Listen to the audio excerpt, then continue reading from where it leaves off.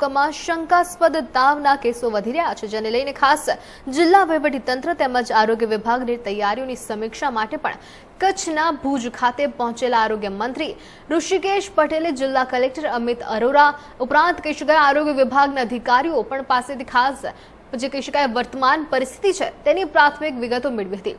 આરોગ્ય મંત્રી ઋષિકેશ પટેલ અને પ્રભારી મંત્રી પ્રફુલ પાનસેરિયાએ પણ ખાસ કચ્છ જિલ્લાના લખપત તેમજ અબડાસા તાલુકામાં શંકાસ્પદ તાવના જે કેસો વધી રહ્યા છે તેમાં જિલ્લા વહીવટીતંત્ર તેમજ આરોગ્ય વિભાગ દ્વારા ખાસ લેવામાં આવેલા તાત્કાલિક પગલાઓ વિશે પણ જાણકારી મેળવી હતી। આ ઉપરાંત આરોગ્ય મંત્રીએ પણ ખાસ જિલ્લાની પર્વતમાન જે સ્થિતિ છે તેમાં વિશે પણ ખાસ ખ્યાલ મેળવી વહીવટીતંત્રને રોગ અટકાયતી ખાસ પગલાં છે તે લેવા પણ જરૂરી માર્ગદર્શન આપ્યું હતું।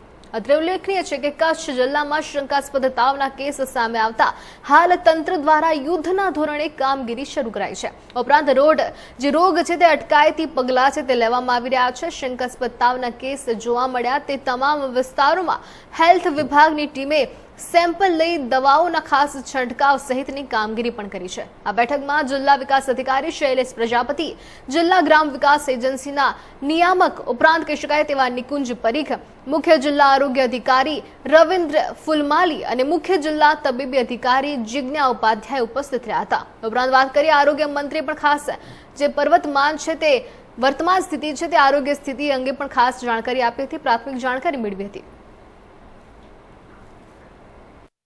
આજે માનनीय આરોગ્ય મંત્રી શ્રી ઋષિકેશભાઈ પટેલ સાહેબ અને અમારા માનनीय પ્રભારી મંત્રી શ્રી પ્રફુલભાઈ પાનસેરિયા સાહેબે અત્યારે સર્કિટ હાઉસ ખાતે બધા અધિકારીઓની બેઠક લીધી હતી।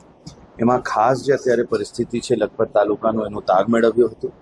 સાથે સાથે જે કંઈ કેસ આવે છે એનો ટ્રીટમેન્ટ કઈ રીતે થાય એના માટે અમદાવાદથી નિષ્ણાંતની ટીમ પણ બોલાવી છે, એની સાથે પણ ચર્ચા કરવામાં આવી। જે કેસીસ થયા છે એના કેવા સિમ્ટમ્સ છે, શું છે અને જે કંઈ ગેપ્સ છે, જે કંઈ પૂર્વ તૈયારી પ્રિકોશનના રીતે કરવાની છે એની પણ બધી સૂચનાઓ આપવામાં આવી છે।